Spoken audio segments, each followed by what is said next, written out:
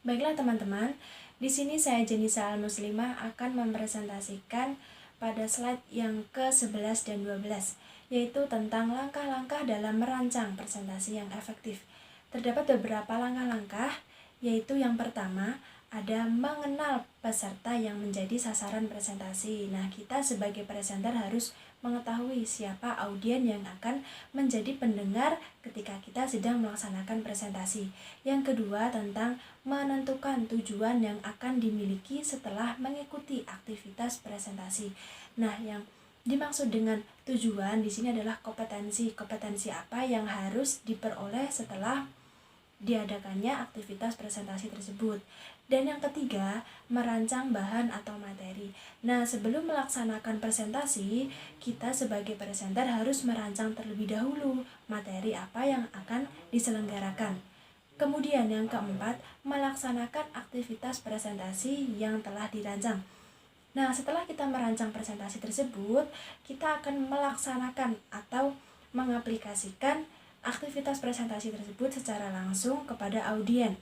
Yang kelima, melibatkan siswa dalam aktivitas presentasi. Nah, di sini agar presentasi tersebut dapat efektif atau efisien, diharapkan supaya terdapat timbal balik dari siswa seperti halnya tanya jawab atau saling memberi saran dan kritik. Nah, ini merupakan salah satu hal yang penting dalam melaksanakan presentasi.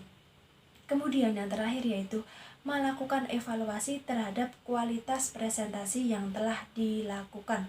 Nah, setelah melaksanakan presentasi diharapkan adanya evaluasi atau pengulangan kembali terhadap kualitas presentasi tersebut, apakah sudah baik ataukah memang ada kekurangan atau perlu diperbaiki terlebih dahulu atau bagaimana. Nah, ini perlu adanya timbal balik atau evaluasi antara satu dengan yang lain.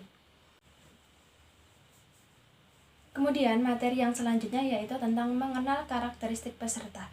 Nah, mengenal karakteristik peserta ini merupakan suatu hal yang sangat penting yang perlu kita ketahui ya.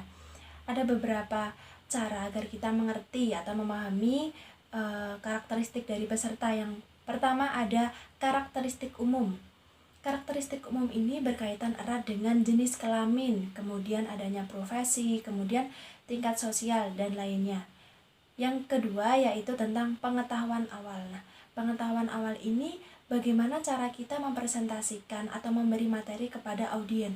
Ketika kita memberikan pengetahuan atau mempresentasikan suatu ilmu pengetahuan yang mana audien tersebut sudah memiliki pengetahuan yang tinggi atau materi yang kita presentasikan audien sudah paham dan dia memiliki pengetahuan tinggi, maka audien mengira bahwa apa yang kita presentasikan itu hal yang wajar, hal yang biasa, sehingga tidak menarik perhatian dari audien tersebut.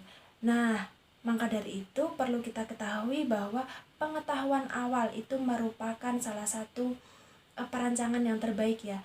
Sebelum melaksanakan presentasi kita harus matang-matang dalam memikirkan suatu materi yang menantang agar presentasi tersebut dapat efisien dan efektif. Kemudian yang ketiga yaitu tentang gaya belajar. Nah, gaya belajar di sini maksudnya adalah seseorang yang memperoleh informasi atau ilmu pengetahuan dengan cara yang berbeda-beda ya.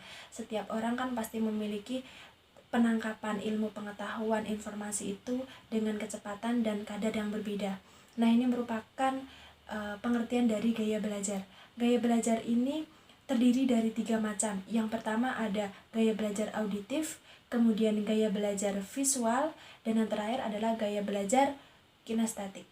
Nah, untuk gaya belajar yang auditif ini merupakan kompetensi atau teori, dan ilmu pengetahuan ini lebih erat pada proses mendengar. Jadi seseorang itu menangkap ilmu atau informasi dengan cara mendengar atau audio. Nah, ini merupakan salah satu contoh dari gaya belajar auditif.